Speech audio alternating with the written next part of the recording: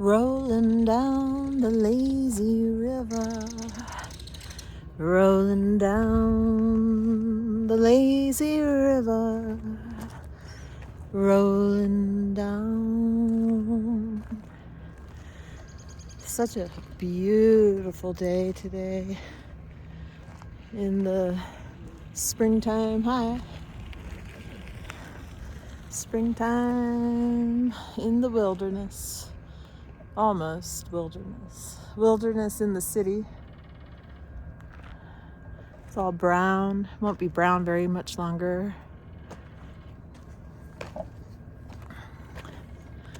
So I want to talk about school in the cult.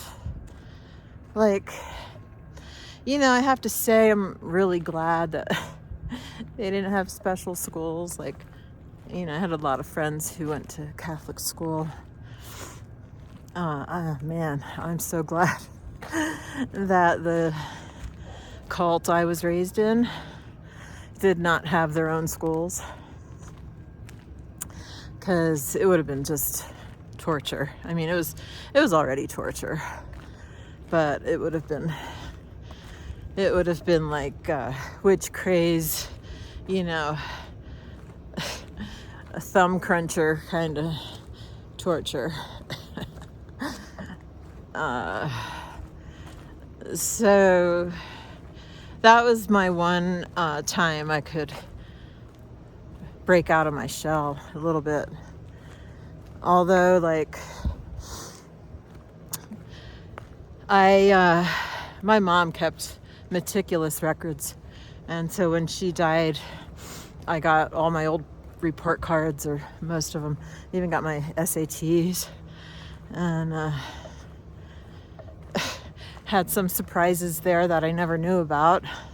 Nobody ever said, "Hey, look at this, Marie. You're pretty good in this area. Like, in fact, you're like 99 percentile." No, nobody ever told me that. Like, my parents didn't even tell me. Anyway, I wasn't planning on talking about that, but that's what popped into the brain. So, school. When you're conditioned for the first 5 years of your existence, from the time you're a baby to going off to kindergarten alone. Like, my mom didn't even walk me to my first day of school. My sister did. She was 7 years older.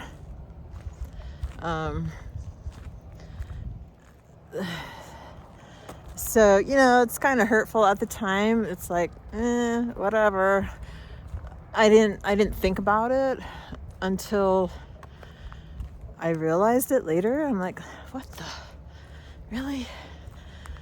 So it's kind of weird. But, my mom was always going through stuff too. I never found her as a depressive. My father definitely was a depressive narcissist. My mother was extremely withdrawn, and I inherited that.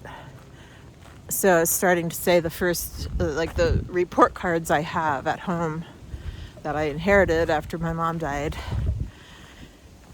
there's at least 3, maybe 4, that literally all the teachers, different teachers, and I went to a couple of different elementary schools, so they weren't like in cahoots, but they're like, I'm extremely concerned about your daughter because she's very withdrawn, doesn't participate in class,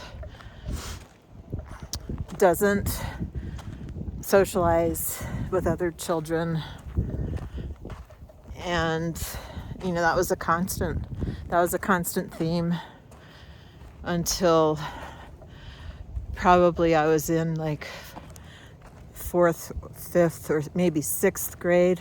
6th grade is the first time I can remember like exerting my creativity and being commended for it, being called talented, and maybe it was that helped me come out of my shell, you know. I think that's what it was. It was the start. It was like a pinprick in the shell.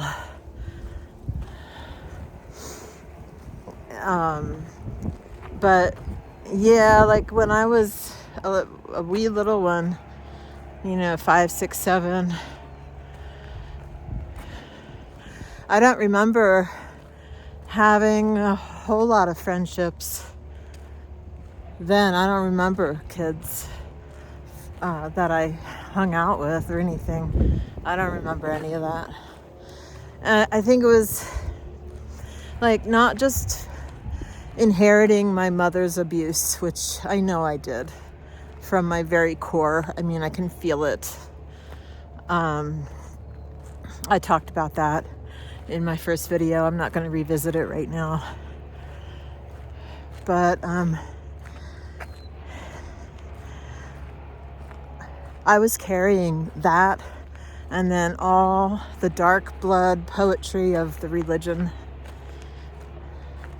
telling me how evil everyone else was. Hello. Hi. And making me afraid of other people.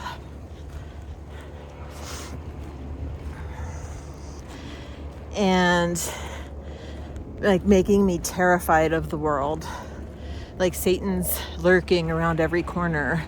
Satan and his demons. I mean, really? Like, why do you tell your baby that? Why do you put it in their head so badly, so deeply, that it makes them terrified to be alive? It makes them terrified to walk down the school corridors and to get on the bus. I was the first one on the bus and the last one off. This is first grade. I remember, like plain as day. Young male bus driver.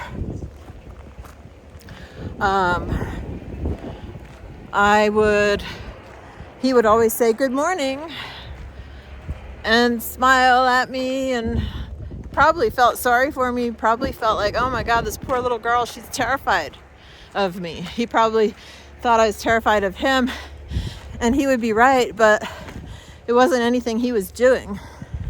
It was just because he was somebody different, somebody of the world, not in the cult. So he was essentially Satan. He was of the world, of the devil. Like that is their skewed mentality. And I would run. I would get on the bus, he would say hello, and I would run to the back of the bus and scoot down so he couldn't see me.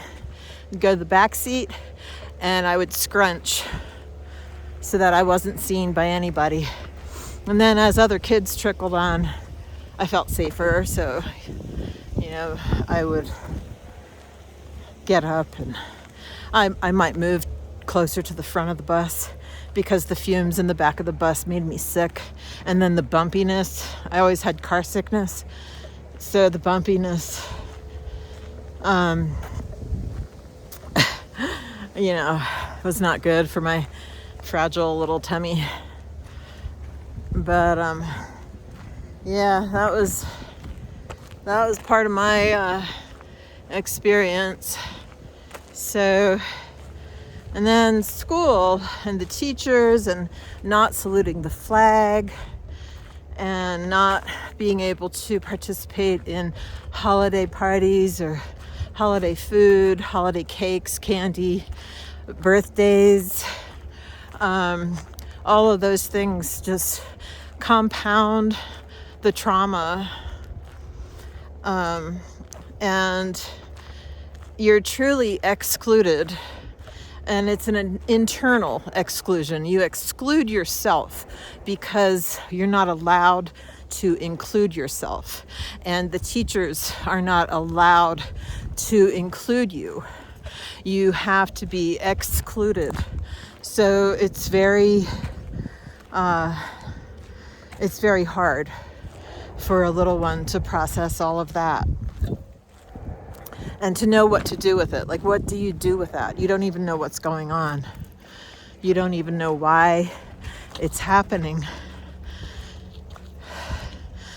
You kind of understand the rules, but the rules don't make any sense because you see all these fun people. You see all these kiddos having fun. They're smiling and laughing and getting into trouble.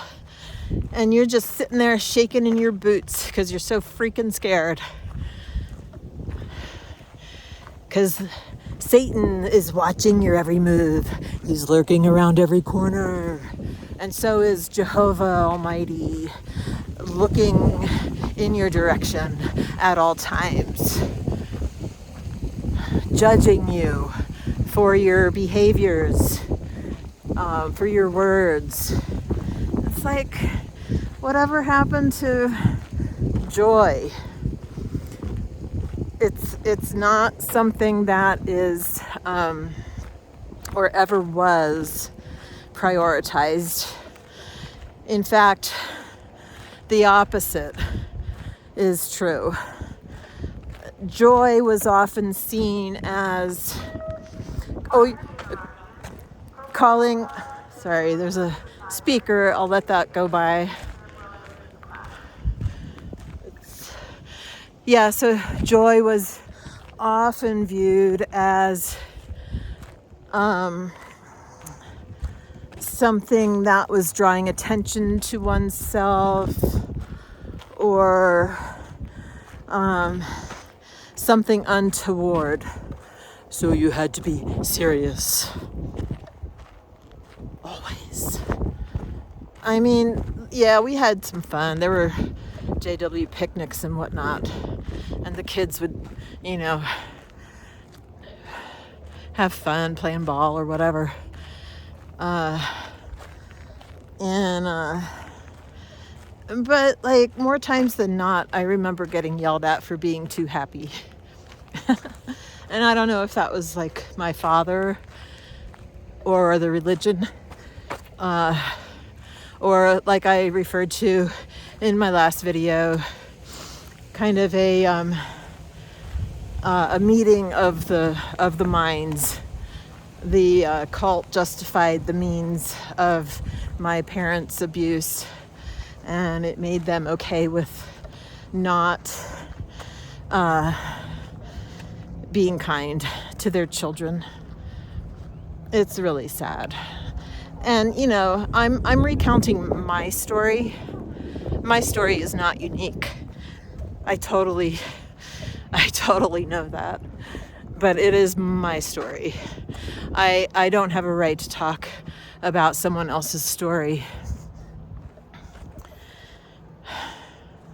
And I don't feel like my story is any more important or less important than anyone else's.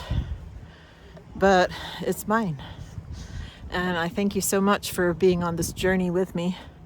Please hit the like and subscribe button and hit the notification button so you're first to be informed of when I release a new video.